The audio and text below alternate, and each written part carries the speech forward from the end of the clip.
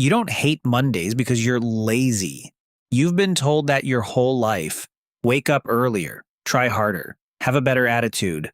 But none of that explains the dread. None of that explains why your chest tightens on Sunday night hours before anything has even happened. So what if the problem isn't you? What if the problem is that your brain was never built for this? Humans have existed for roughly 300,000 years. The 5-day work week has existed for less than 100. For 99.97% of human history, there was no such thing as Monday. No alarm clock, no commute, no sudden switch from rest to obligation. Just the sun, the body, and whatever needed doing that day.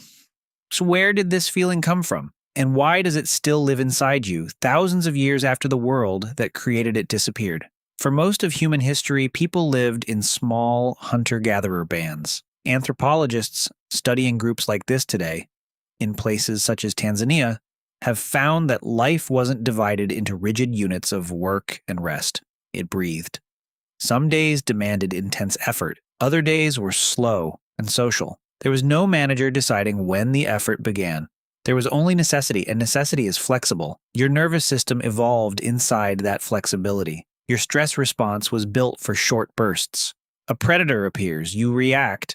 The threat passes. You recover. It was never built for a scheduled event that arrives every 7 days like clockwork, whether your body is ready or not. And that's exactly what Monday is. Sleep researcher Jerome Siegel studied pre-industrial societies, including the Hadza in Tanzania, to understand how humans slept before electricity, before calendars. Their sleep drifted gently with the sun. There was no sudden Sunday to Monday cliff. Compare that to your life now. 2 looser days, then a violent snap back into structure. Your body doesn't experience that as a fresh start. It experiences it as a shock. There's a name for this shock. It's called social jet lag, a term coined by chronobiologist Till Roenneberg. On weekends, your body often drifts closer to its natural rhythm. Then Monday arrives, and you're wrenched back onto a schedule that doesn't match your internal clock. Roenneberg found this mismatch behaves almost exactly like crossing time zones.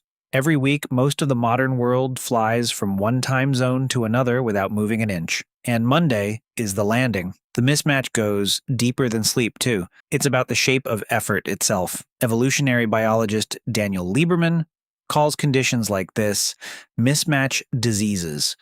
Problems that arise not because something is broken in you, but because your ancient body meets a modern environment it was never designed for. Ancestral effort was task-based. You hunted until the hunt was over. Modern work is time-based. You work until the clock says stop, whether the task feels finished or not. Is it any surprise that creates a quiet, constant resistance? Researchers who study cortisol have found that stress hormone levels often begin rising before you even wake up on a workday, anticipating the demands ahead. That tight feeling in your chest on Sunday evening isn't imagined. It's a hormonal forecast. Your body bracing for a mismatch it has learned to expect. Here's the part that should make you feel less broken, not more. This response isn't a flaw in your character. It's a system built to protect your ancestors from real, immediate threats, now reacting to a repeating calendar event.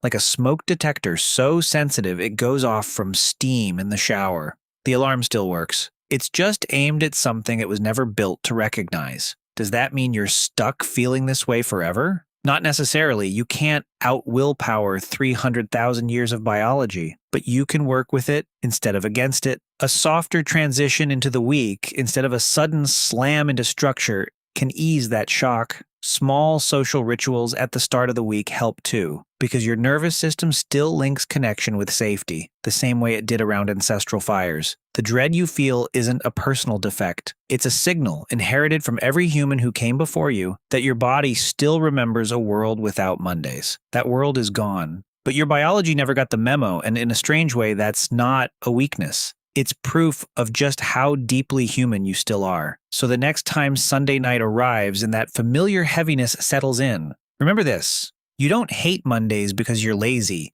You hate Mondays because you're ancient.